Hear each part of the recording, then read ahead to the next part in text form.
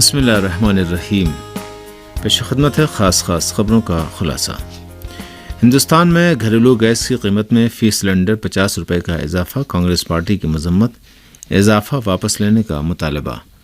میرجاوا سرحد سے ایران پاکستان تجارت میں فروغ، پاکستان کے لیے ایرانی برآمدات میں 53% اضافہ ہوا، ایرانی عہدیدار کا بیان۔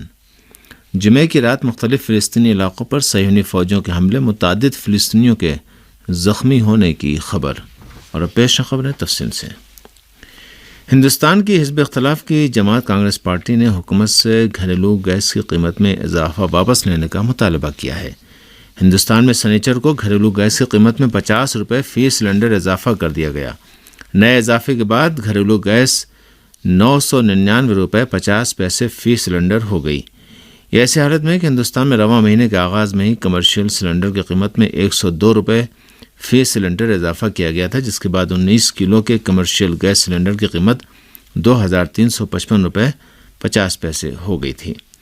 ہندوستان کی سرکاری خبر رساں ایجنسی UNI کے مطابق LPG گیس سلنڈر کی قیمت میں اضافے پر کانگریس پارٹی نے مودی حکومت پر سخت تنقید کرتے ہوئے بڑھی ہوئی قیمت فوری طور پر واپس لینے کا مطالبہ کیا ہے۔ کانگریس پارٹی کے ترجمان پون کھیڑا نے نئی دہلی میں پارٹی کے صدر دفتر میں ایک پریس کانفرنس میں کہا کہ کھانا پکانے کی گیس اب ملک کے متوسط اور غریب طبقے کی پہنچ سے باہر ہو گئی ہے۔ انہوں نے کہا کہ مودی حکومت میں عوام کے کچن کا چولہا مہنگائی کی آگ سے جل رہا ہے۔ انہوں نے کہا کہ مئی 2014 میں LPG کی قیمت 414 روپے تھی، جو آج 999 روپے 50 پیسے ہو گئی ہے۔ انہوں نے حکومت سے مطالبہ کیا کہ رسوئی گیس کی قیمت 2014 کی سطح پر واپس لائی جائے۔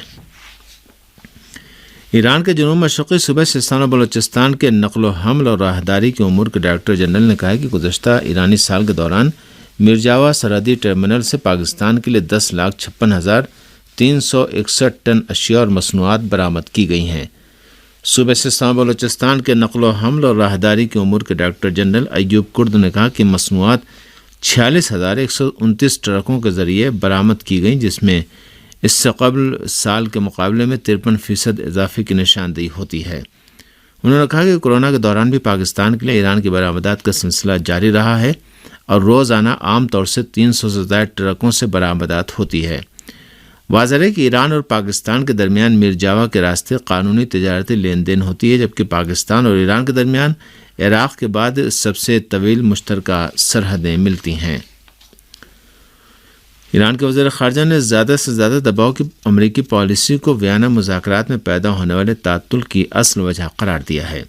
اقوام متحدہ کے سیکریٹری جنرل انٹونیو گوتریش سے ٹیلی فون پر بات چیت کرتے ہوئے ایران کے وزیر خارجہ حسین امیر عبداللہیان کا کہنا تھا کہ ویانا مذاکرات کی موجودہ صورتحال زیادہ سے زیادہ دباؤ کی امریکی پالیسی کا نتیجہ ہے۔ انہوں نے کہا کہ پائیدار، مضبوط اور منصفانہ معاہدے کے لیے حکومت امریکہ کو حقیقت پسندانہ اور جرأت مندانہ فیصلوں کے ذریعے ماضی کی غلطیوں سے ہونے والے نقصانات کا ازالہ کرنا ہوگا۔ حسین امیر عبداللہیان نے یورپی یونین کی وساطت سے ایران اور امریکہ کے درمیان پیغامات کے تبادلے کا ذکر کرتے ہوئے امریکی کانگریس میں منظور کیے جانے والے تازہ ایران مخالف بل پر بھی کڑی نکتہ چینی کی۔ ایران کے وزیر خارجہ اور اقوام متحدہ کے سیکریٹری جنرل کے درمیان ہونے والی بات چیت میں یمن، افغانستان اور یوکرین سمیت علاقائی اور بین الاقوامی معاملات پر بھی تبادلہ خیال کیا گیا۔ اقوام متحدہ کے سیکریٹری جنرل نے ویانا مذاکرات کے نام سے موسوم پابندیوں کے خاتمے کے غرض سے مذاکرات کو آگے بڑھانے کے لیے سیاسی فیصلوں کو انتہائی اہم بتایا۔ انہوں نے یمن کی جنگ بندی میں ایران کے تعمیری کردار اور حمایت کی بھی قدردانی کی۔ اقوام متحدہ کے سیکریٹری جنرل نے ایران اور سعودی عرب کے درمیان بات چیت اور فطری سفارتی تعلقات کی سمت واپسی کے سفر کو بھی خوشائند قرار دیا۔ ایران اور اقوام متحدہ تجارتی سفارتکاری کے تربیتی پروگرام میں ایک دوسرے کے ساتھ تعاون کر رہے ہیں۔ ہمارے نمائندے کے مطابق ایران اور اقوام متحدہ کے تعاون سے جدید تجارتی سفارتکاری کا 2 روزہ تربیتی ورکشاپ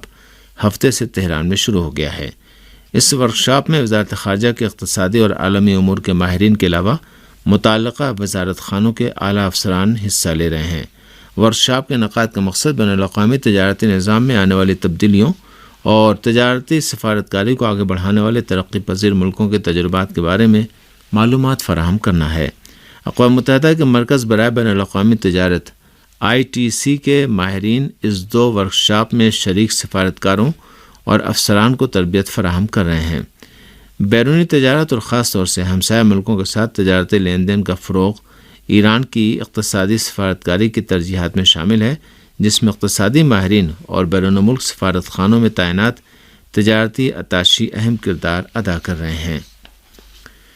5 لاکھ سے زائد غیر ملکی طلباء اور طالبات ایرانی اسکولوں میں تعلیم حاصل کر رہے ہیں۔ وزارت تعلیم کے شعبہ بین الاقوامی امور کے ڈائریکٹر ابوالفضل کمالی نے بتایا کہ ایران کے اسکولوں میں تعلیم حاصل کرنے والے 5,27,000 غیر ملکی طالب علموں کی بڑی تعداد کا تعلق افغانستان مہاجرین سے ہے۔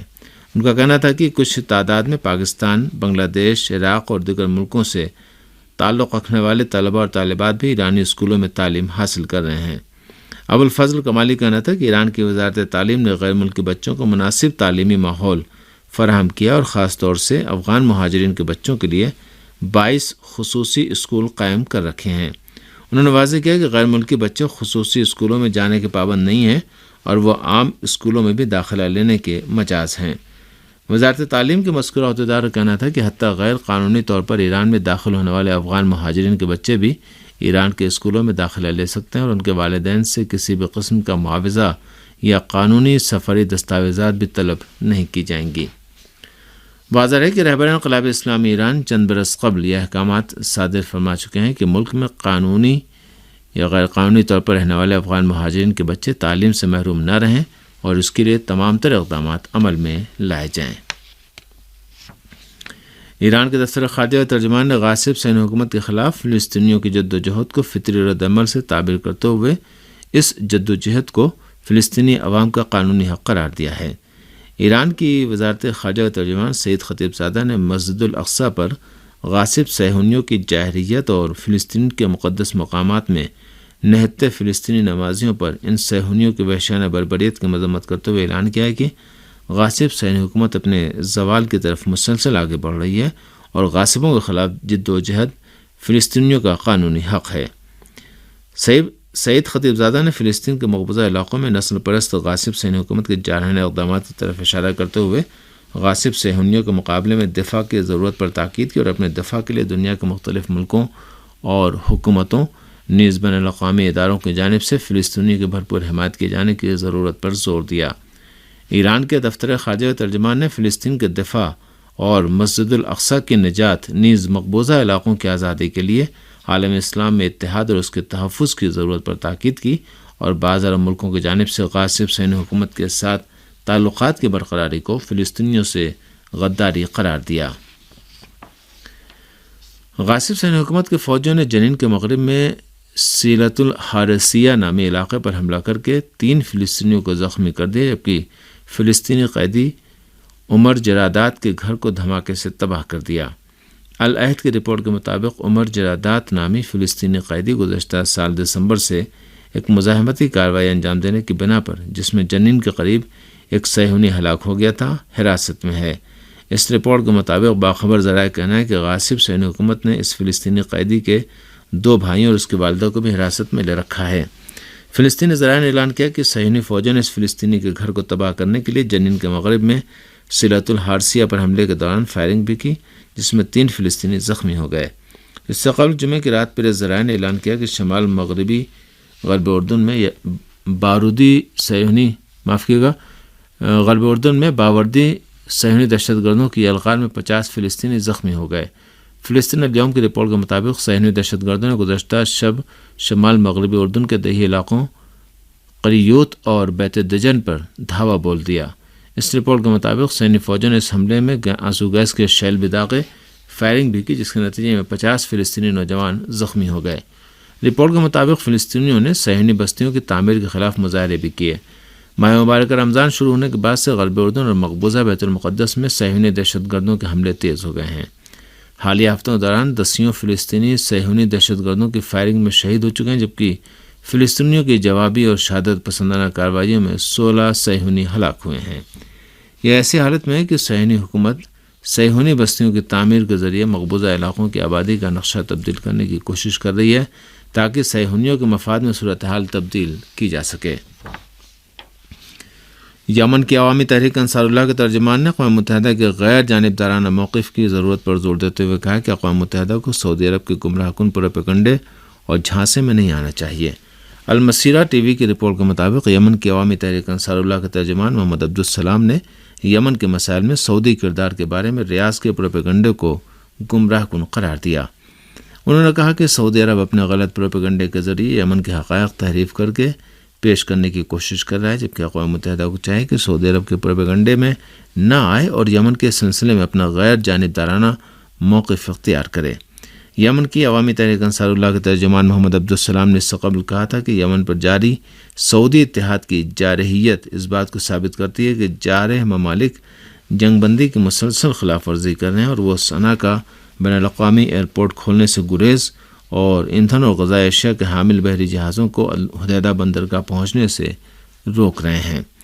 واضح ہے کہ تقریباً ایک ماہ قبل یمن میں جنگ بندی کا اعلان کیا گیا ہے، مگر سعودی اتحاد نے کبھی اس جنگ بندی پر عمل نہیں کیا ہے اور اس کی جانب سے مسلسل خلاف ورزی کی جاتی رہی ہے، جبکہ سعودی اتحاد کو یمن کے مسلح افواج کی جانب سے ہر طرح کی جارحیت کا منہ توڑ جواب دیا جا رہا ہے۔ امریکی صدر جو بائیڈن نے ریاست اوہایو کے کارخانے کے کارکنوں سے اپنے خطاب میں یہ مضحکہ خیز بیان دیا کہ انہوں نے ایران کا 50 بار دورہ کیا ہے۔ فارس خبر رساں ایجنسی کی رپورٹ کے مطابق امریکی صدر جو بائیڈن نے ایسی حالت میں جبکہ اقتدار میں آنے کے بعد ان کی مضحکہ خیز غلطیاں عالمی ذرائع ابلاغ اور خود امریکی ذرائع ابلاغ میں کافی مشہور بھی ہو چکی ہیں، حالیہ ہفتوں کے دوران کچھ زیادہ ہی مضحکہ خیز غلطیاں کرنا شروع کر دی ہیں۔ اخبار واشنگٹن پوسٹ نے رپورٹ دی ہے کہ امریکی صدر جو بائیڈن نے اوہایو کے یونائٹڈ پرفارمنس میٹلز کارخانے کے ملازمین سے خطاب کرتے ہوئے ایک بار پھر مضحکہ خیز بات کرتے ہوئے کہا کہ مشن کے دوران ایران اور عراق اور افغانستان کا 50 بار دورہ کیا ہے۔